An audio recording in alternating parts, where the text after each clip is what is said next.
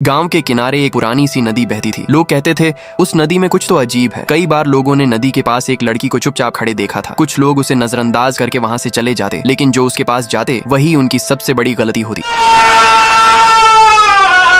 सुबह के समय सब सामान्य लगता था, लेकिन रात के अंधेरे में नदी से किसी के रोने की आवाज आती थी, धीमी, डरावनी, जैसे कोई मदद मांग रहा हो। उसी गांव में रहता था एक लड़का, टिंकू। वह हमेशा हंसता रहता, सबकी मदद करता, लेकिन उसकी दुनिया सिर्फ एक इंसान के इर्द गिर्द घूमती थी। उसकी छोटी बहन रानी, दोनों एक दूसरे के लिए सब कुछ थे। हर शाम वे नदी के पास जाते, पत्थर फेंकते, पानी में लहरें देखते और जोर जोर से हंसते। रानी अक्सर कहती, भैया आप दुनिया के सबसे अच्छे भाई हो, और टिंकू बस मुस्कुरा देता। लेकिन एक दिन सब बदल गया। एक सुबह टिंकू किसी जरूरी काम से गांव से बाहर गया। जब वह वापस आया तो रानी गायब थी। पूरा गांव उसे ढूंढने लगा, हर गली, हर खेत, लेकिन रानी का कोई पता नहीं चला। बस एक अजीब बात सामने आई। किसी ने उसे आखिरी बार नदी के पास खेलते हुए देखा था। लोगों के चेहरे पर डर आ गया। किसी ने धीरे से कहा, वह नदी श्रापित है। सालों पहले एक लड़के ने अपनी प्रेमिका को उसमें धक्का दे दिया था। वह लड़की डूब कर मर गई और कहते हैं उसकी आत्मा अभी भी वहाँ भटकती है। सब डर गए, लेकिन टिंकू ने हार नहीं मानी। उस रात गहरे अंधेरे में टिंकू अकेला नदी के पास गया। हवा ठंडी थी, पानी बिल्कुल शांत। तभी एक आवाज आई, टिंकू भैया प्लीज मुझे बचा लो, मैं यहाँ अकेला हूँ।